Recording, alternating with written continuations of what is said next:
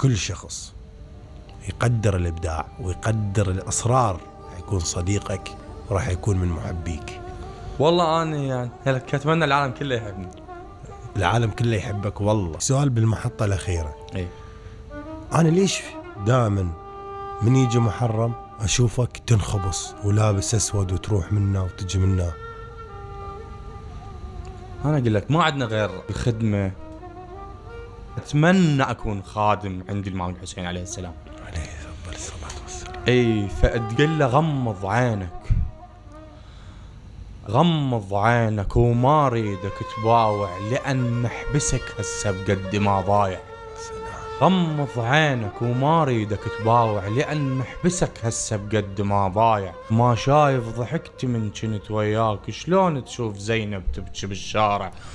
أول مرة زينب تنضرب يا حسين كنت يمك، شلون التربة بالجامع مفتوحة الخرابة والضعن مربوط، ولازم يسكت وما يصرخ الواقع. المفروض استراحة تصير لك جلاد، مو من التعب وياهم ينازع، ومن واحد الواحد تربة المسجون.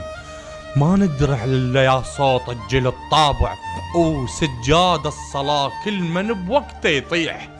بالطف ما تلحق زينب توادع، الأمان نشوفه بس يم خوذة العباس. معذور السهم من عدها ما شابع، وصعب اثنينكم ترحون نفس اليوم، وهم زين الرواية بليلة السابع. صعب اثنينكم ترحون نفس اليوم، هم زين الرواية بليلة السابع.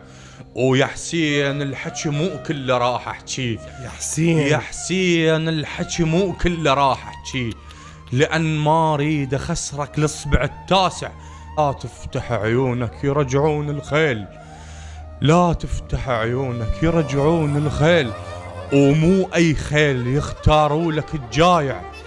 يا حسين الحكي مو كله راح احكي، لأن ما اريد اخسرك الاصبع التاسع. ومن تفتح عيونك يرجعون الخيل، ومو أي خيل يختاروا لك الجايع. يا سلام يا سلام يا سلام يا سلام. وأنا آسف جدا. يا سلام، الله أكبر حبيبي. بسط ردة فعل أسويها إنه أنا أقوم وأصفق لك. حبيب عمري يا حبيبي الغالي سجولي، شكرا لك فدوة عمري إلك. أنا أشكرك عمري وأشكر كل حرف انقرهنا بهاي الحلقة، وأشكر كل شيء تمثله أنت يا حيدر حبيب سجود عمري. وأوعدك راح أوعدك يا بنهاية هاي الحلقة، أوعدك هاي الحلقة راح تشوفها قد قريبة من وجدان العالم.